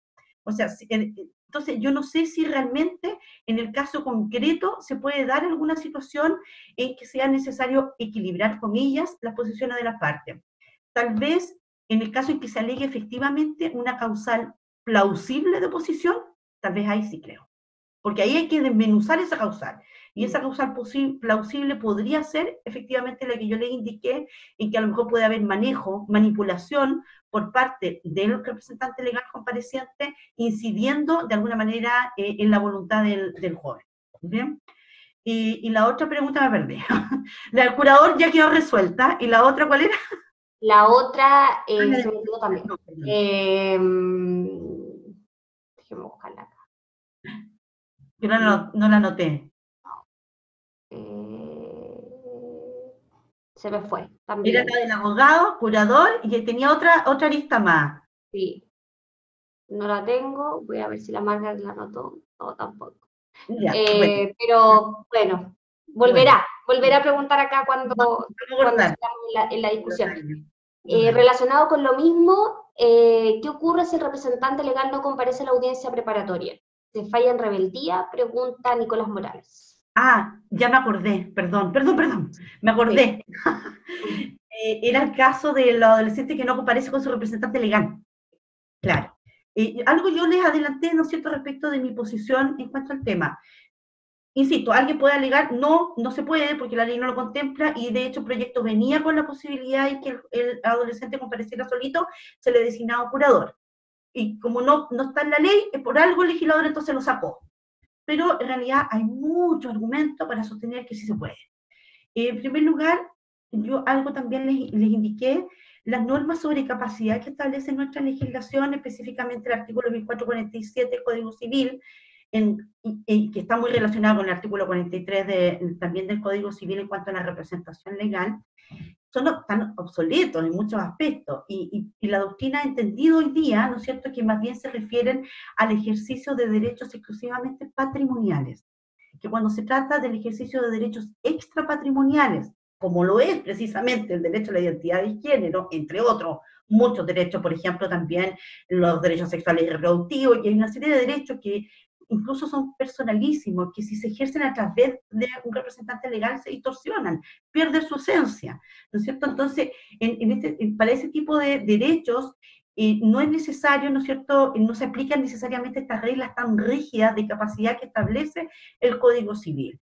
Y por lo tanto ahí es donde tienen cabida con mucho peso el principio de autonomía progresiva, el derecho a emitir una opinión y que esta sea tomada en cuenta, el derecho a la participación, que de hecho algunos postulan como un derecho aparte del derecho a emitir una opinión, artículo 12 de la Convención de Derechos del Niño, que es básicamente tener incidencia en los derechos, en la toma de decisiones que afectan al niño, niña o adolescente.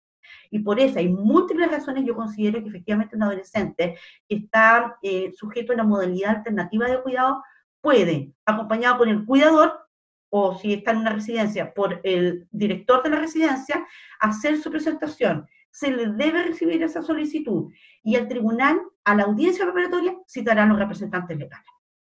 Y si están inubicables, seguimos nomás.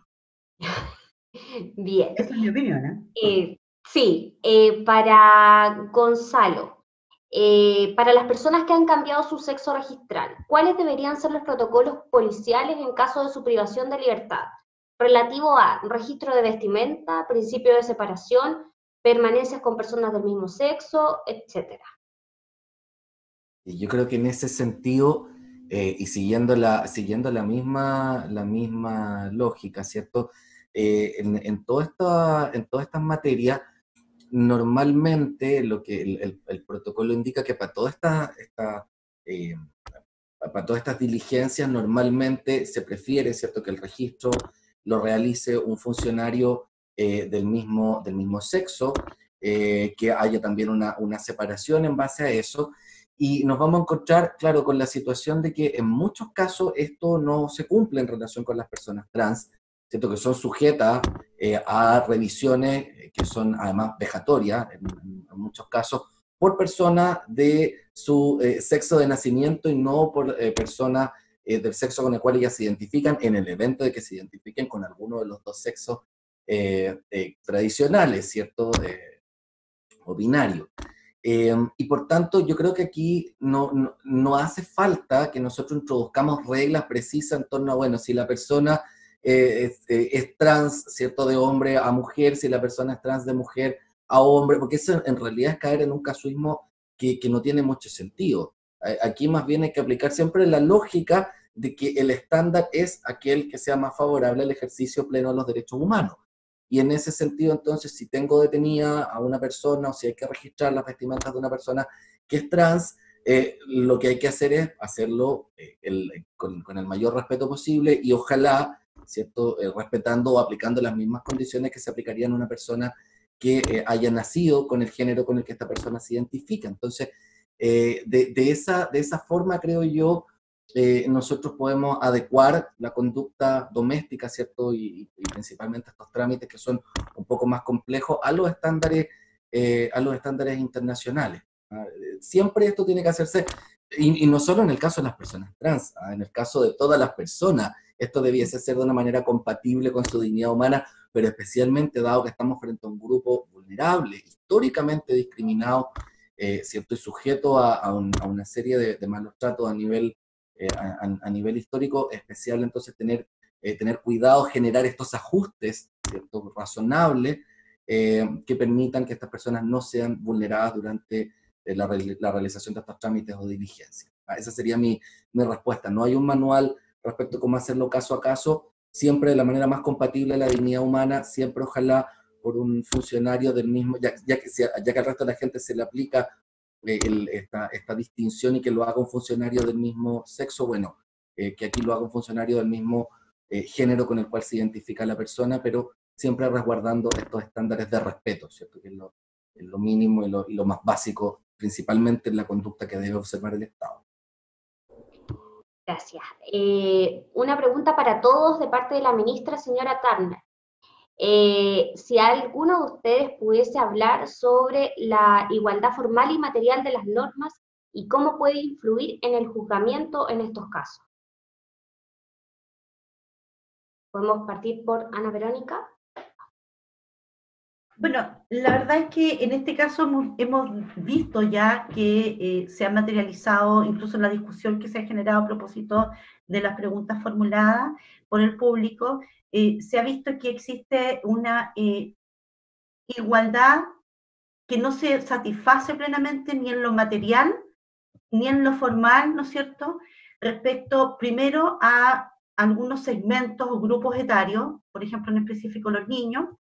También hemos visto que evidentemente no ven satisfecho su derecho a la identidad de género en los términos, ni siquiera en aquellos términos muy simplistas, ¿no es cierto?, o limitados porque esta ley los concibe, ¿no es cierto?, porque si partimos de la conceptualización del derecho a la identidad de género, precisamente como el derecho a acceder a este cambio registral en la hipótesis que se indica, y se excluye a los niños de la posibilidad de practicar este cambio rectificatorio, sin duda entonces lo estamos excluyendo de la forma en que nuestro legislador ha concebido el derecho a la identidad de género. Entonces, evidentemente que ya incluso desde lo formal existiría una aplicación desigual de la ley respecto de ello, y por eso yo puse en mi lámina, que creía, en la última de las láminas que puse, respecto a niños, niñas y adolescentes, que la Constitución de partida se ve, a mi juicio, siempre nos dice que los jueces no debemos de alguna manera emitir opinión respecto a las leyes, pero no estamos en una instancia académica, pedagógica, en la que sin duda me parece que sí es pertinente que nosotros podamos hacer nuestras críticas, otra cosa ya en el estrado cómo la aplicamos, pero me parece que al excluir a la infancia se comete una infracción a la igualdad ante la ley, ¿cierto?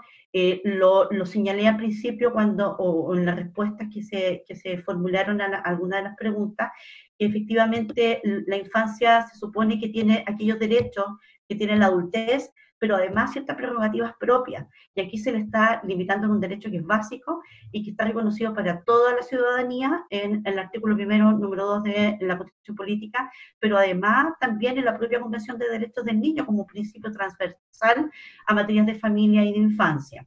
Entonces ya con eso me parece que estamos chocando, y aquí hemos advertido algunas otras, ¿no es cierto?, situaciones de desigualdad que tampoco se cumplen en la especie. Por ejemplo, el caso mismo de los adultos que están sometidos a un procedimiento que parece ser innecesario, inútil, y que además no se condice con aquella exigencia que se establece respecto de adolescentes.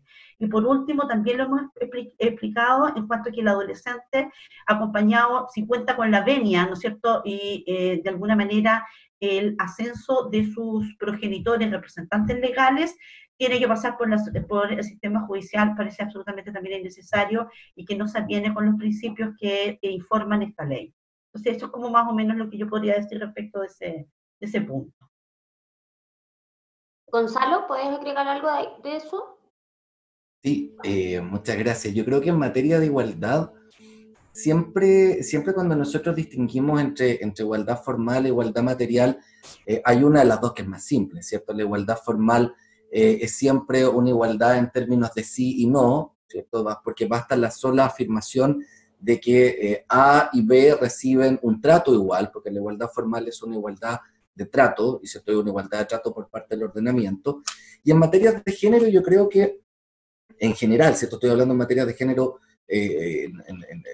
digamos, desde todas sus aristas, no solo desde la arista de la identidad de género, la igualdad formal existe, ¿cierto? Nosotros ya teníamos instrumentos y leyes que decían que los hombres y las mujeres somos iguales ante la ley, que está en la Constitución afirmado, teníamos instrumentos legales que afirmaban lo mismo en distintas materias, pero desde el punto de vista sustancial, es decir, desde el punto de vista de que esa igualdad se traduzca a una igualdad de oportunidades, a una no discriminación, a un goce efectivo de los derechos por parte de los distintos grupos sociales, y en este caso por parte de los distintos géneros, de las distintas identidades de género.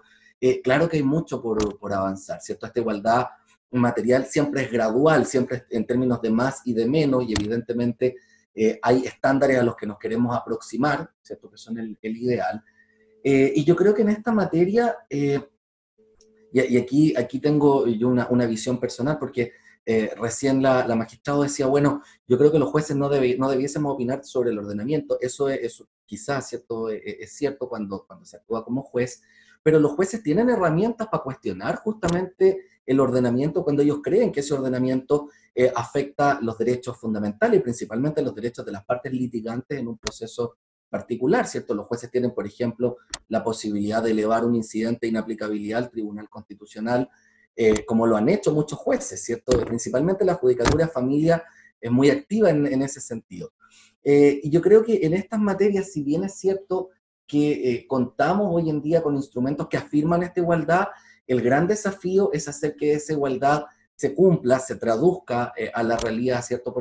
No porque la ley diga que se respeta, no se patologiza, de que se considera el interés superior de los niños, niñas y adolescentes, es que eso pase en la realidad en materia de identidad de género. Yo creo que nos queda un largo camino por transitar, pero como decía en mi exposición, yo creo que el camino hacia la igualdad es un camino que no está construido solo por las leyes, es un camino que está construido o que debe estar construido desde el individuo, desde cada uno de nosotros, deshaciéndonos día a día, ¿cierto?, de estos conceptos y de estos prejuicios que nosotros tenemos y que nos impiden considerar al otro un igual, un sujeto que es competente para hacer sus decisiones en torno a la vida, para definirse de una forma, y nosotros además respetar en ese otro esa identidad, aunque no sea la nuestra. Entonces, el camino hacia la igualdad supone necesariamente la reforma del derecho, claro, pero supone también una concientización y un cambio en la sociedad,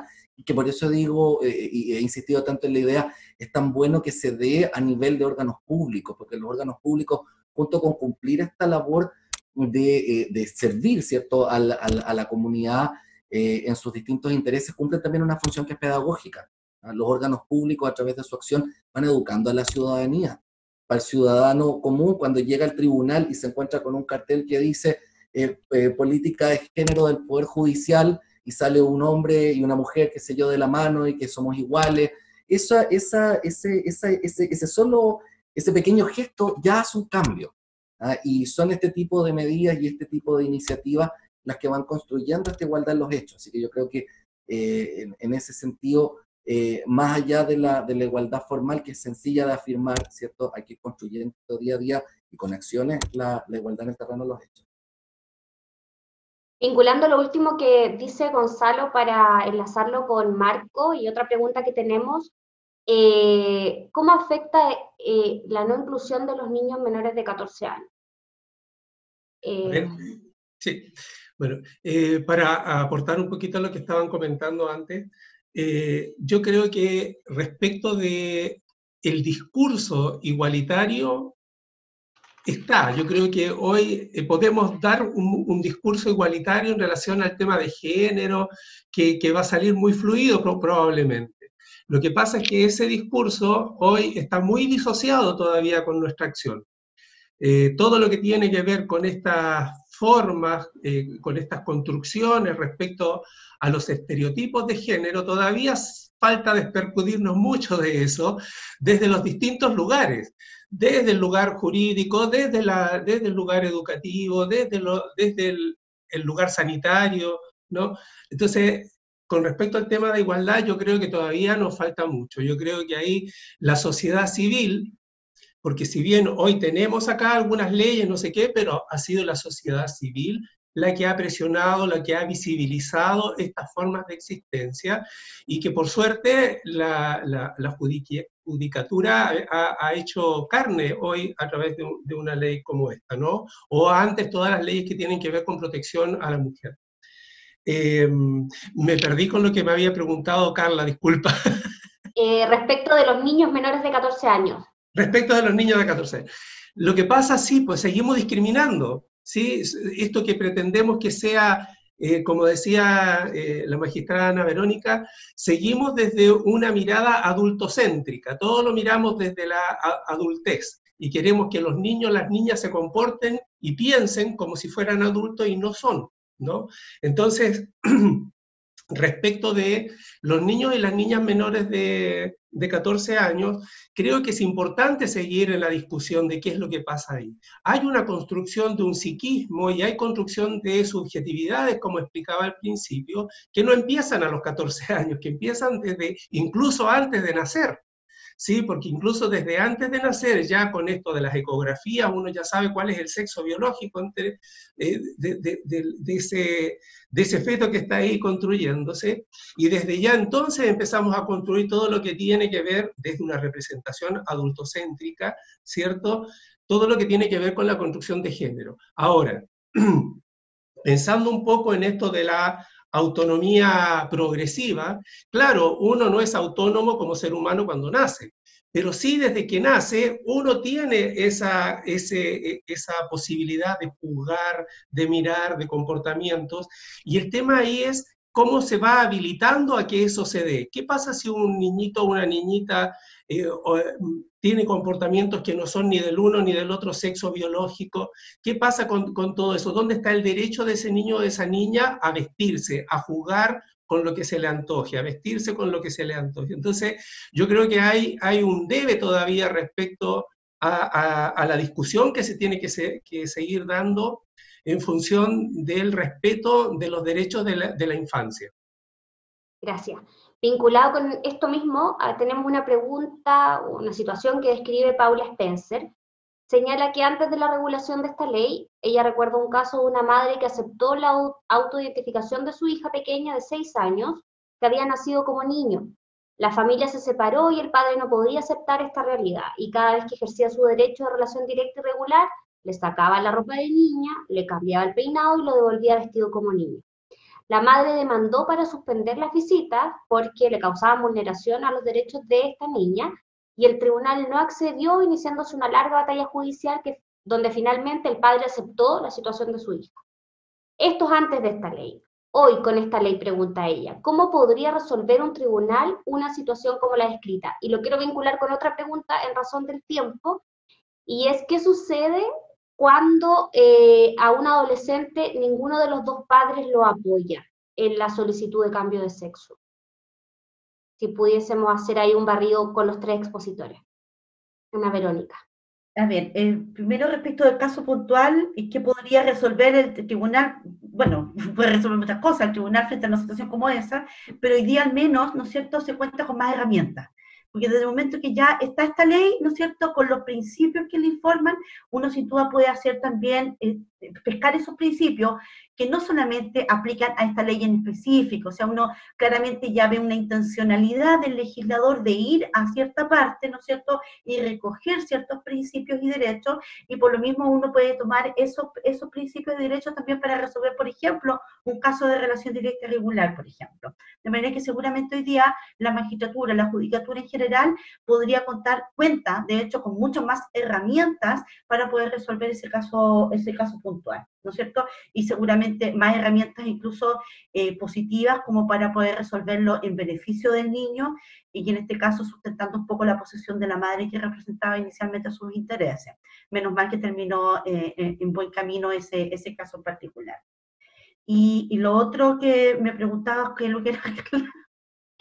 ¿Qué pasa cuando ninguno de los padres apoya al...? Un poco lo hemos visto, ¿no? ¿No es cierto? Yo creo que efectivamente, a ver, nuestro legislador hizo el corte y dijo adolescentes pueden, ¿ya? Niños no, ya, lo debatió extensamente. Ahí, bueno, cada uno tendrá que ver si va a aceptarlo o no va a aceptarlo, un poco lo que planteaba Gonzalo, pero en el caso de los adolescentes sí el legislador lo permitió. Por lo tanto, yo creo que existen muchos más argumentos, por lo menos respecto del adolescente, como para decir, mire, ¿sabe qué? Pueden hacerlo, no hay ningún inconveniente, a través de su cuidador, sin perjuicio de que en la audiencia se tratará de citar al representante, o los representantes legales. De hecho, la Asociación Nacional de Magistrados, a través de su Comisión de Género, también postula en este protocolo que ese caso siga adelante nada más. Es decir, ellos se han dedicado a estudiar el tema, son expertos en temas de derechos humanos y género. Ahí entre los magistrados que le integran está doña Macarena Rebolledo, que entiendo que hoy día mismo está haciendo también una ponencia más o menos similar en estos términos. Entonces, y ellos postulan que efectivamente se pueda realizar esa solicitud, se acepte, no se vaya a caer por un control de admisibilidad, y que efectivamente se pueda seguir adelante con este procedimiento. Incluso si es que no son ubicables los progenitores o representantes legales, en ese caso también se sugiere que pueda seguir adelante el procedimiento. Porque en realidad lo que verdaderamente más importa acá es la voluntad del adolescente, si es un derecho personalísimo. ¿Gonzalo? Ahí sí. En la misma línea, yo creo que la interpretación que siempre debe darse a las normas, ¿cierto?, es aquella que favorezca en mayor medida el ejercicio de estos derechos, y dado que, como decía la magistrada, ¿cierto?, no hay o no es que estos principios estén establecidos solamente para los propósitos puntuales de esta ley, la aplicación de los mismos, ¿cierto?, va a permitir resolver distintas situaciones. Y producto de lo mismo yo sostengo eso, o sea, en todas las materias en las cuales hay vacíos, siempre hay que pensar en la posibilidad de ejercer el derecho en lugar de negarlo. Comparto la conclusión, ya que el ordenamiento dice que los adolescentes pueden, partimos de la premisa de que el adolescente tiene la alternativa y hay que tratar de remover los obstáculos para el pleno ejercicio de ese derecho, sean cuales sean estos obstáculos, y mucho más si se trata de obstáculos de naturaleza formal, porque de nuevo no olvidemos que el derecho a la identidad, y ese es el punto, yo creo que es el cambio de enfoque, que aquí lo hemos repetido mucho y que creo que es importante hacerlo y trabajar en ese cambio de mentalidad. Cuando hablamos de niños, niñas y adolescentes y de sus derechos, hay que partir de la premisa de que los titulares son ellos, de que el ejercicio de esos derechos les corresponde a ellos, asistidos, acompañados, qué sé yo, por sus progenitores, pero el derecho le corresponde a la persona, en este caso al niño o niña y al adolescente. Entonces, creo siempre que cuando nos enfrentemos a un dilema de esta naturaleza, pensar en aquella interpretación que es más favorable al ejercicio del derecho. ¿Sí? Nos queda poquito tiempo, voy a terminar con 2 preguntas. Una que se repite, así que por eso la voy a plantear. cuál es la posición de los expositores respecto del divorcio cuando se decreta la rectificación del sexo registral y se cuenta con un vínculo, obviamente, matrimonial previo. Bueno, la verdad es que no es propiamente divorcio, ¿ah? Para que, como tener presente que no es divorcio, es una causal distinta de terminación del matrimonio por rectificación del nombre y sexo registral. Porque lo que pasa es que se dice que tendrá el estado civil de divorciado, porque si no, cuando le pregunten tendría que decir cuál es su estado civil. Mi estado civil es el de terminación de matrimonio por haber rectificado el nombre y sexo registral, muy largo. Entonces, por eso como que se le asimila al estado civil de divorciado, pero no es propiamente divorcio, es una causal de término y que básicamente dice relación porque en nuestra legislación, ¿no es cierto?, no se admite el matrimonio, ¿no es cierto?, entre personas del mismo sexo, ¿ya? Eso es. Y ahí respecto de los hijos que nacieron en ese matrimonio. Sí, mantienen los mismos efectos que tenían antes y los que nacieron durante la vigencia de ese matrimonio siguen figurando, nombre padre, nombre madre, ¿no es cierto? Sigue siendo padre, madre para los efectos legales porque esos efectos se mantienen incólumes. Perfecto. Y una última pregunta que ya va para todos los expositores. ¿Qué aspectos pendientes quedan de la Ley de Identidad de Género? ¿O cuál es el debate pendiente que nos queda? Creo que lo hemos hablado bastante, pero para cerrar el conversatorio me gustaría que todos dijeran algunas palabras respecto de lo que nos falta por avanzar. Sí, sí, la verdad, sin duda, aquí se ha conversado ya latamente eso. Gonzalo hizo ya alusión a un tema que me pareció súper interesante y que es que la ley que pretende ser vanguardista, y lo es en muchos temas, pero evidentemente recoge solamente este sistema binario. Me parece que ese es un tema también súper interesante que debiera de alguna manera rectificarse en algún momento. Y por supuesto, para mí sin duda el tema de la infancia, que debieran en algún momento alcanzar a tener ver satisfecho su derecho a acceder a la rectificación de nombre y sexo registral. Existen hoy en día instrumentos, ¿no es cierto?, y distintos parámetros que se pueden utilizar para determinar el grado de autonomía que tiene incluso un niño, porque mágicamente a los 14 adquirí mayor madurez y puedo hacer ejercicio de mis derechos. No es así, no funciona así, ¿no es cierto? Hay muchos parámetros, hay una madurez. De hecho, la Convención de Derechos del Niño establece que el ejercicio de los derechos se hará conforme la madurez, ¿no es cierto?, que tenga en caso a caso el niño, niña o adolescente, pero también existen otros parámetros que nos pueden ayudar en un caso puntual a determinar el grado de autonomía del sujeto, en este caso de la infancia, y no solamente el grado de madurez. Para eso sin duda nos nutrimos de la psicología, de la medicina, de un montón de otras disciplinas que nos pueden ayudar a determinar el grado de competencia que tiene ese niño, pero además existe, por ejemplo, otros estándares. Por ejemplo, a ver qué tan acompañado está ese niño, o sea, ¿cuál es su sistema de apoyo? Si su sistema de apoyo es bueno, a lo mejor eso va a abonar a su autonomía. Si además ha recibido información suficiente, pertinente para el ejercicio de ese derecho, abona y le suma su autonomía. Si además consideramos que se trata de un derecho de carácter personalísimo o extrapatrimonial, eso también abona su autonomía porque tiene mayor incidencia su voluntad en el ejercicio de tales derechos. Si a eso le sumamos la entidad, ¿no es cierto?, del acto de que se trate, que también debemos considerar, eso y muchos otros, podemos construir un estándar de autonomía que nos ayude a nosotros a definir, ¿no es cierto?, si un niño, en el caso particular, goza de la suficiente autonomía para poder ejercer este derecho. Eso es lo que propongo, no solamente a propósito de esta ley, sino que en general cuando se trata de ejercicio de derechos patrimoniales respecto de la minoría de edad, que se pueda analizar caso a caso la madurez, ¿no es cierto?, y por ende el grado de autonomía progresiva que tiene un niño para ejercer sus derechos. Ahí estamos al debe. Marco.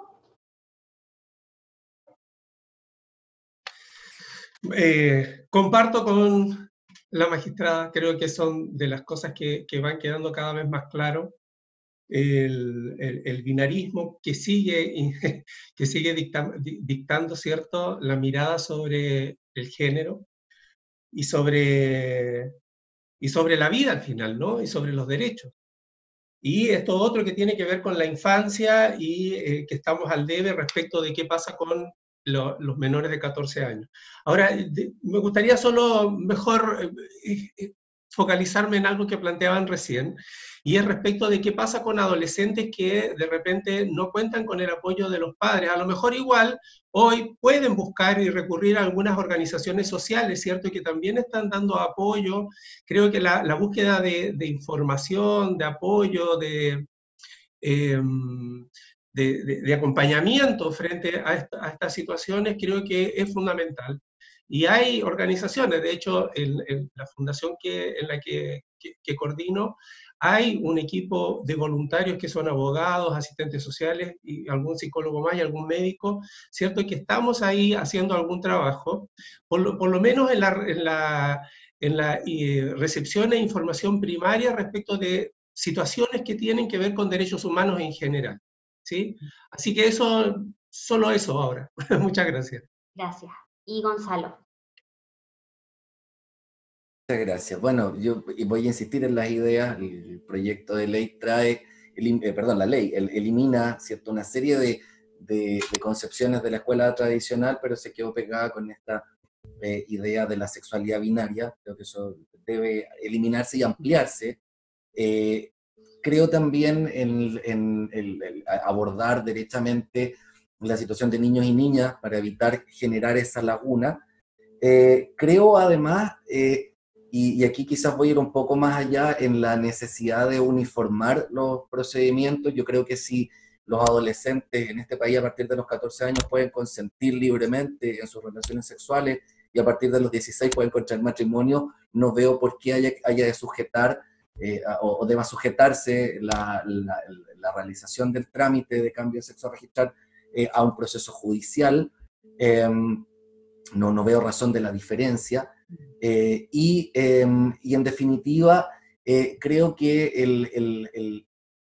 la legislación en la materia debe ser un poco más respetuosa también de las opciones de vida personales. Cuando establece que el cambio de sexo y nombre va a acarrear la terminación del matrimonio conforme al 42 número 5, si no me equivoco, lo que hace en definitiva es tomar una decisión anticipada por una pareja que a lo mejor ha decidido modelar su vida en común, su vida afectiva, sobre la base de la transexualidad, ¿cierto? O de la identidad transgénero, sin necesidad que haya transitado al otro sexo de uno de los cónyuges, y por tanto que la ley tome de antemano la decisión y decida que es una causal para ponerle término al vínculo. Creo que, claro, va en la línea de que nuestro ordenamiento reconoce solo el matrimonio con diferencia de sexo, el matrimonio heterosexual, pero de nuevo, ¿cierto? Al igual que la imposibilidad de contraer matrimonio entre personas del mismo sexo, aquí el legislador ha tomado una decisión usurpando la voluntad de las personas para poder formar su vida familiar de la forma en que ellos estiman pertinente. Es decir, si dentro de la pareja ellos admiten la posibilidad de que uno de los dos sea transgénero, pueda cambiar su nombre y su sexo registral y mantener la vida afectiva, la vida en común que ellos llevan, no veo por qué el derecho los obligue a ponerle término a ese vínculo de manera legal. Entonces, creo que hace falta un poco más de respeto y de reconocimiento por parte del legislador a la autonomía de las personas y el validar situaciones que en la práctica ya existen. Nosotros ya sabemos que estas cosas ocurren en la práctica. Entonces, es importante tomar en cuenta la realidad y no pensar que porque el derecho no la regula, esto no existe, ¿no? Como lo que ocurría a propósito del aborto, ¿cierto? La discusión antigua de que, bueno, si se legaliza el aborto, va a haber muchos abortos. Había 60.000 abortos en un momento, entonces, en la clandestinidad.